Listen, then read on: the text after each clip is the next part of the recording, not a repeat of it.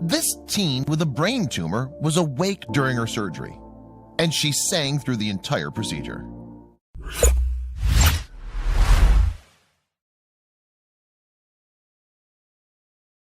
But before we start, please give the video a like and make sure to subscribe to Wonderbot and hit the bell so you'll never miss any uploads from us. It's not uncommon for authors to get stuck with what's known as writer's block. And thanks to that affliction, wordsmiths may not only lose their train of thought, but they also get frustrated and end up in a creative downslide. If you're a singer who suddenly finds that they can't hit the notes they once did, however, something more troubling may be at play.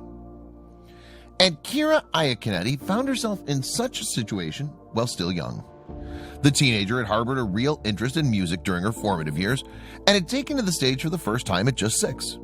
The aspiring performer began to learn more about her chosen art form too, and picked up some valuable skills along the way.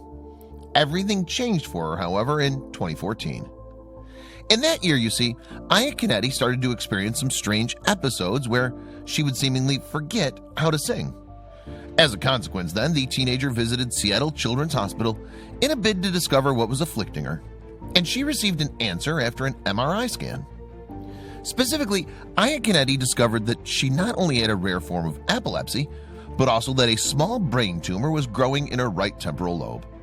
Naturally, then, doctors looked to remove the growth in an operation that was scheduled for September 2018. And as the surgery progressed, the singer was rather unusually woken up from her anesthesia and asked to perform certain tasks.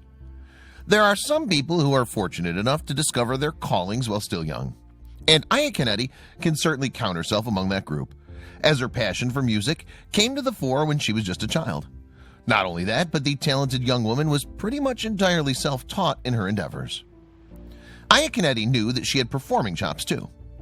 "I've been doing musicals since I was 6, the resident of Linden, Washington, said in an interview with Seattle Children's Hospital in 2018. "I think it's the one thing I'm actually good at." Iaconetti added, "I act and I sing, and that's just kind of been my brand since elementary school." And the aspiring star continued to showcase her musical abilities into her teens through spells on stage. In 2014, though, she started to pick up something quite odd. At that time, Iaconetti encountered a bizarre feeling whenever she heard any music. She noticed that her singing was being affected as well. And years after the teenager first experienced her strange symptoms, she tried her best to describe how she'd been left in somewhat of a mental daze. "It was like a light switch turned off in my brain," Iaconetti explained to Seattle Children's Hospital. "Suddenly, I was tone deaf. I couldn't process the words in time with the music, and I couldn't sing." And while these moments would only last for a couple minutes each, the teenager nevertheless felt drained each time she came to. What's more, though, Iaconetti went on to see a doctor about these episodes. Things only seemed to get worse. The fatigue that she felt in the aftermath of her mental lapses continued, for one, and she became anxious about embarrassing herself on stage. The concerned teen therefore chose to return to her physician. "Forcing myself to sing after one of these glitches was extremely difficult by this point," Iaconetti later explained. "I would become incoherent, slurring and stuttering my words. That was a good enough reason to go back to the neurologist." And following the meeting, the teen's doctor then came to a rather worrying conclusion. You see, according to Iaconetti's neurologist, the young woman wasn't suffering from normal mental lapses, but actually a number of seizures. And while the doctor noted that music appeared to be the cause of these medical events, he couldn't explain what was provoking them at first. So Iaconetti was taken to Seattle Children's Hospital for an MRI scan, which revealed yet further worrying news. The teen also had a small tumor on the right side of her brain. And there was an explanation, too, for why music seemingly set off her epilepsy. Neurosurgeon Dr. Jason Hauptman explained further to the Seattle Children's Hospital website, revealing, Iaconetti's tumor was discovered because of a very unusual type of epilepsy she had called musicogenic epilepsy. These seizures are triggered by listening to music or singing, which is an unfortunate problem for Kira since she's a performer who likes to sing. And following Iaconetti's diagnosis, her father, Bob, would go on to speak about the ramifications of the brain tumor. He specifically focused his attention on the position of the mass, highlighting the horrible irony that came with it. The doctors are fairly confident that the tumor can be easily removed, he told Seattle Children's Hospital. The tricky part is that Of all the places in the brain to be located, the tumor is in Iaconetti's right temporal lobe, which in her case controls all her auditory senses, Bob continued. So her ability to process sound, to sing on key, all of that potentially could be compromised. Furthermore, Hauptmann divulged that the tumor itself was right next to Iaconetti's auditory cortex. And as the auditory cortex is where information relating to the sound is processed in the brain, it made sense why the teen was suffering episodes around music. It was hoped, though, that an operation on the affected area would finally put things right. And Iaconetti seemed to understand just how complex the procedure would be. In a sort of twisted joke from the universe, the tumor was right inside the area of my brain that controls my hearing and singing ability, she said in her interview at the hospital. Messing with it could permanently affect my voice. Yet, despite her knowledge that things had the potential to go very wrong, Iaconetti had confidence in her neurosurgeon. Because Dr. Hauptmann knew how important it is to me to continue to sing and act, he wanted to be very careful when removing the tumor, she said. He didn't want to interfere with my ability to sing. Ahead of the operation, meanwhile, Hauptmann consulted with a few of his co-workers in a bid to avoid any complications that may compromise Iaconetti's singing ability. Yet while the procedure itself may have been tricky, the medical professional had plenty of experience. Indeed, prior to joining Seattle Children's Hospital in 2017, Hauptmann had built up an impressive resume. And Hauptmann outlined his considerable career on the hospital website. After high school, I attended Muhlenberg College, a liberal arts school in Pennsylvania, where I received a BA in psychology and a BS in biology, he began. From there, I returned to New Jersey for medical school. Following the spell back in his native state, however, Hauptmann relocated yet again in order to improve his knowledge of what would become his specialty.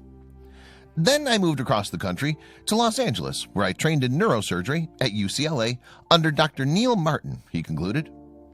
Hauptmann is conscious about the impact of his work, too. Being able to help parents and children in a time of need is our greatest reward and our greatest responsibility, he wrote on the Seattle Children's Hospital website. I try my best to treat each family as if they were my own and take care of every child as if they were my own. And the neurosurgeon certainly appeared to do his due diligence ahead of Iaconetti's brain surgery. In particular, he mapped out a plan that would hopefully avoid any damage to the teen's musical ability, even if the scheme did entail some rather unusual practices. You see, unlike a standard operation, Hauptmann planned to wake Iaconetti up from her anesthesia during the surgery. The singer would then be asked to perform musical exercises while her doctors kept watch and observed her behavior. By doing that, the medics could get an idea of what to avoid when removing the tumor. And Hauptmann defended the choice to perform what's known as an awake craniotomy, saying, "Our focus was not only on taking care of the tumor, but also making Iaconetti's life better. We wanted to preserve the things she cares about, like her passion for pursuing a career in musical theater." Even so, an operation of this kind hadn't been performed at the hospital before, leading Hauptmann to gather together a team of specialists. Ahead of the big day, he was joined by neuropsychologist Dr. Molly Warner and Dr. Hilary Scherfelt. A musical therapist named Dr. Knott came on board too. Together, the experts drew up a strategy with Iaconetti a few days before the surgery, noting the exercises she needed to do. Alongside that, the teen was also expected to sing a song during the operation, with Knott choosing something from Iaconetti's personal playlist. Then, after the preparation was complete, the medical professionals and Knott were finally ready to go. And Scherfelt would later remark upon the unusual procedure. "We've never had a patient sing in the operating room before, and Kira is such a talented musician," she told the hospital website. "Her voice is so beautiful, and her willingness to do something new helped make the whole process interactive, collaborative, and exciting." Then, when the time eventually came, Iaconetti was put under in the operating room, with Knott, Hauptmann, and Scherfelt beside her as the surgery got underway. Firstly, a small part of the teenager's skull was opened up, exposing the part of the brain that hosted the tumor. Then came perhaps the most crucial part. Iaconetti was subsequently stirred from the anesthetic, after which Hauptmann paid her an unusual compliment. "Kira, your brain is beautiful," he told the aspiring performer. "Can you see it?" she responded. "I'm looking right at it," the neurosurgeon assured her, as he was preparing for the next stage. From there, Iaconetti started to go through the musical exercises with Scherfelt, while Hauptmann watched on. And during that period, the singer was encouraged to perform the song that she'd chosen before the operation, Weezer's "Island in the Sun," which even contained a rather ironic lyric. So Iaconetti began to sing the track while Hauptmann carefully removed the tumor. And incredibly, she was able to hit all the right notes during the rendition. When the teen began a second attempt, moreover, the doctors even started to sing themselves. And there were a few grins, too, at the words, "I can't control my brain." Then, after Hauptmann had removed the entire tumor, Iaconetti was put back under for the rest of the procedure.